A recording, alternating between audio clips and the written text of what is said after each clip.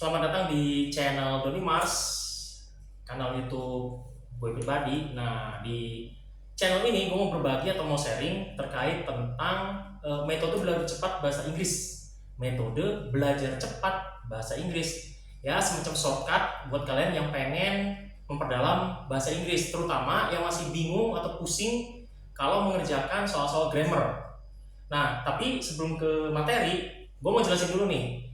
Banyak kesalahan berpikir gitu ya di kebanyakan orang gitu ya, yang gue temuin di lapangan, bahwa seolah belajar bahasa itu terkesan parsial. Mungkin kalian sering temuin nih, misalnya di kelas kalian, teman-teman sekelas, atau mungkin circle-nya kalian gitu. Ada orang yang dianggap jago bahasa Inggris karena kenapa? Nilainya tinggi, ulangannya bagus-bagus, 90 bahkan 100 gitu. Tes TOEFL dia skornya bagus gitu. Pokoknya secara scoring, secara gramatika dia oke. Tapi ketika misalnya suruh praktek, misalnya suruh ngomong, suruh ngobrol, suruh nulis, dia nggak pede.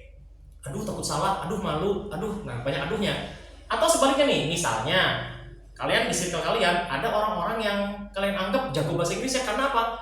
Mereka cas-cicus gitu, pede banget gitu. Kalau disuruh mewakili lomba pidato, mereka pede gitu kan. Ketemu bule, mereka excited dan ngobrol gitu. Tapi nilainya biasa-biasa aja. Mereka ikut tes TOEFL atau IELTS atau apapun, skornya pas-pasan atau bahkan gagal. Nah, kenapa bisa terjadi?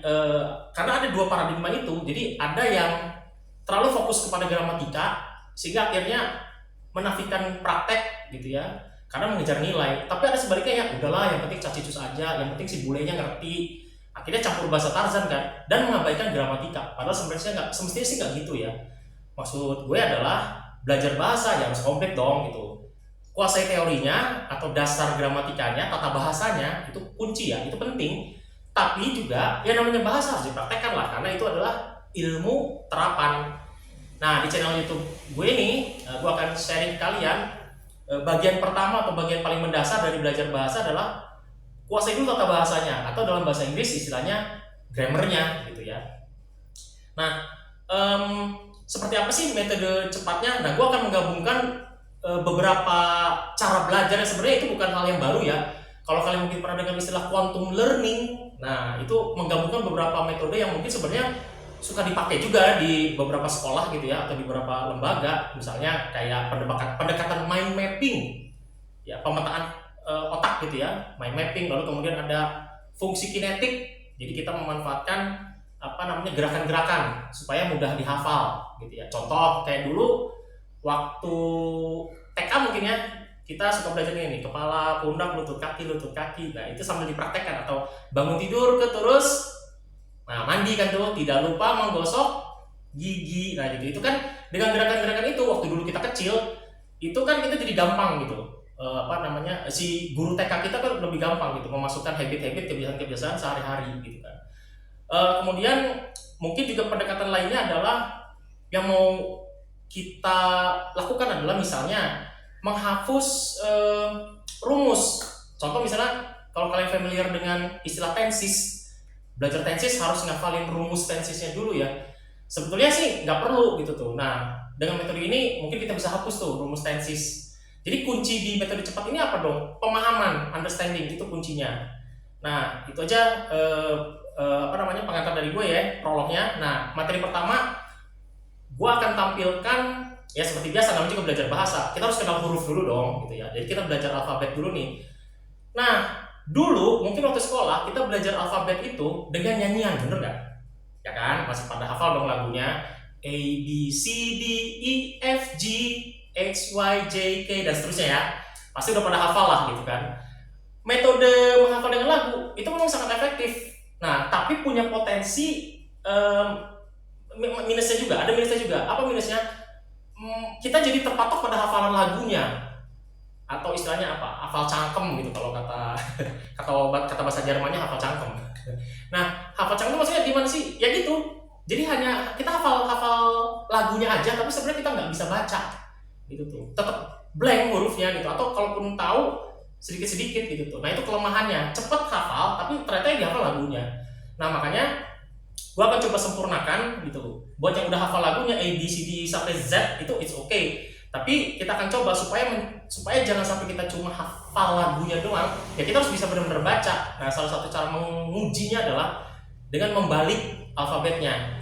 Kalau baca dari A sampai Z, E sampai Z itu gampang. Dengan hafalan lagu bisa, atau memang belajar baca gitu ya. Tapi kalau untuk mengujinya, kita coba balik.